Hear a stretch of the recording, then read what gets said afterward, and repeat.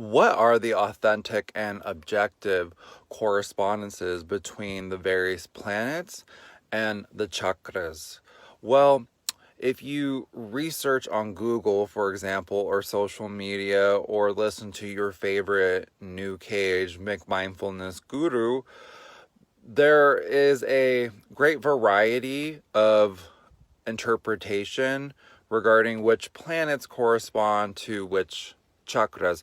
And this is fine. This is not necessarily a negative, because with these, just to preface, these more right brain intuitive arts like astrology, divination, etc., everyone has their own subjective, intuitive, personal interpretation of both a planet and a chakra's implied meaning.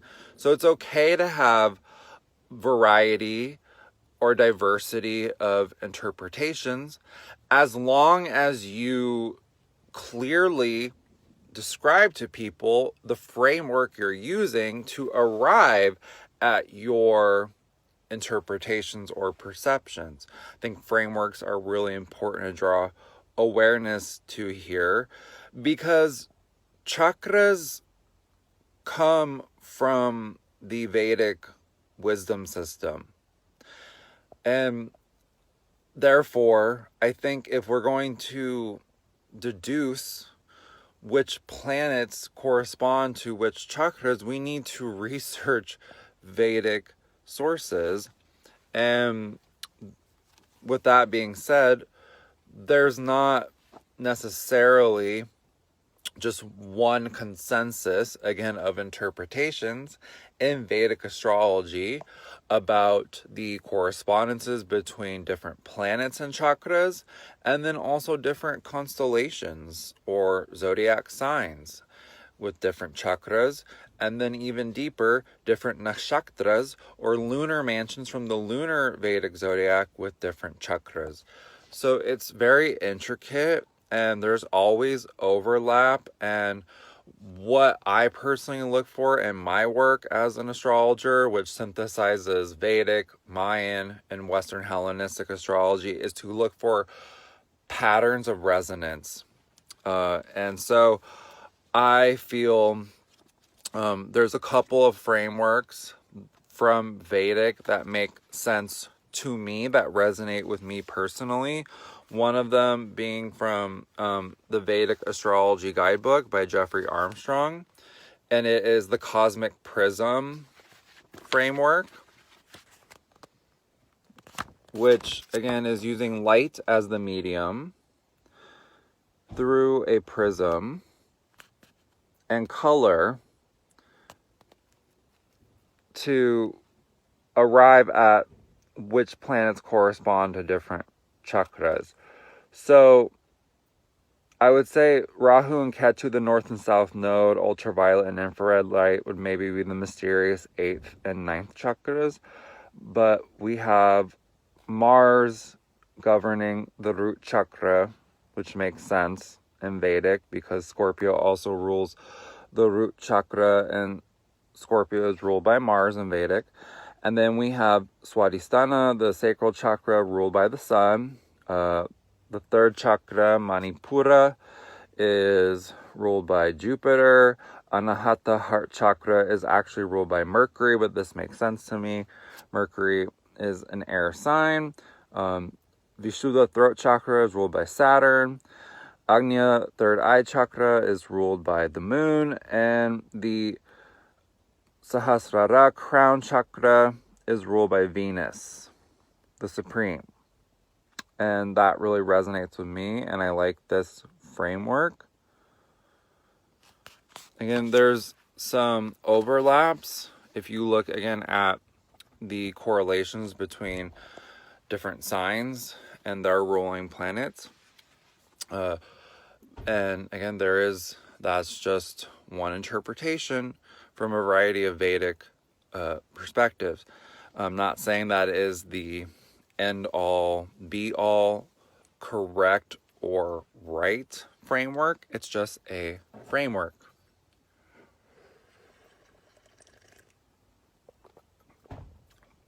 Now, if you subscribe to the notion that a chakra also vibrates at a certain frequency of sound, like on the Hertz scale. Well, planets also vibrate and emit a sound, a frequency. And so by cross-comparing the scaled frequencies of the chakras with the planets, this framework wouldn't work unless we're working with scaled frequencies. We can then deduce an alternative framework using the medium of sound instead of light to arrive at some different deductions and then see if there's resonance there with the other framework. So the planet of the sun, now just side note, in Vedic traditional, the planetary system is 9 planets and does not include the trans-Saturnian planets. But I am, like in Hellenistic Western astrology, going to tell you the trans-Saturnian planets' frequencies. Just preface, side note, tangent. So the sun vibrates at 126.22 hertz, which resonates with the first chakra, Muladhara root chakra. And I also feel the earth chakra, and the earth resonates around 7.83 hertz. So it's in like the number 0 range to this number being the lowest frequency of the planets is the sun at 126.22 hertz. Then the moon vibrates at 210.42 hertz, which resonates with the throat and third eye chakras, the 5th and 6th chakras. Mercury vibrates at 141.27 hertz, which resonates with the root and sacral chakras, the 1st and 2nd chakras. The planet Mars vibrates at 144.72 hertz. Very interesting numbers there. Which resonates with the sacral and solar plexus chakras, the 2nd and 3rd chakras. Venus vibrates at 221.23 hertz, which resonates with the 3rd eye and crown chakras, the 6th and 7th chakras. Jupiter vibrates at 183.58 hertz, which resonates with the solar plexus and heart chakras, the 3rd and 4th chakras. Saturn, the crone, vibrates at 147.85 hertz, which resonates with the sacral and solar plexus chakras, or the 2nd and 3rd chakras. Uranus vibrates at a whopping 432 hertz, which is exactly the frequency or tone of the 3rd eye, 6th chakra, and it also resonates with the crown chakra, the 7th chakra. So perhaps Uranus represents a different octave of Venus. Neptune vibrates at 211.44 hertz, which resonates with the throat and 3rd eye chakras, or the 5th and 6th chakras. So perhaps Neptune is a different octave of the moon. And then last but not least, even though it's certainly not the last planetary body in our solar system, just the one that we work with, Pluto, coming in vibrating at 140.25 hertz, which resonates with the root and sacral chakras, the 1st and 2nd chakras, which so perhaps implies that Pluto is a different octave of Mercury. So there you have it. There is the Hertz framework. So what are the pattern similarities. Venus, I would say the moon, Mars, Jupiter, and Pluto, perhaps. But, Vedic doesn't really work with Pluto, like I said. So majority of the planets work with that other framework, excluding Mercury and Saturn and the Sun. So there's not obviously a perfect resonance between those frameworks. But, it's not important to be perfect.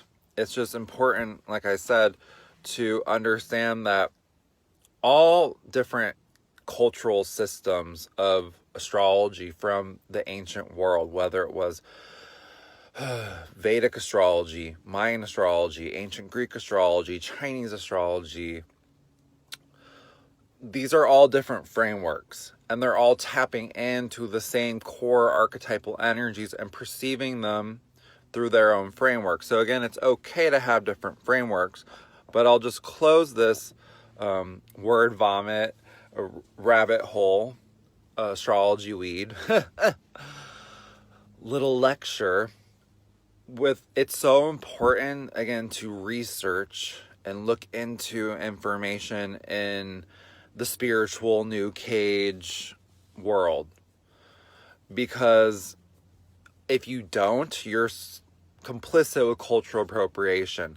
It's so important to, again, triangulate information and look for these patterns of resonance before you make a claim that you know what a planet symbolizes and means, and you know what a chakra symbolizes and means. Like, so many new cage energy vampires, spiritual influencers, yoga teachers, astrologers, tarot readers are out here faking it till they make it, frankly, and you can tell they're not citing their sources because they don't really read much about other astrologers' work, frankly, and if they do, they don't cite their sources because social media has created this seeming prerequisite that in order to be successful as a spiritual influencer, you have to come off as like all-knowing and enlightened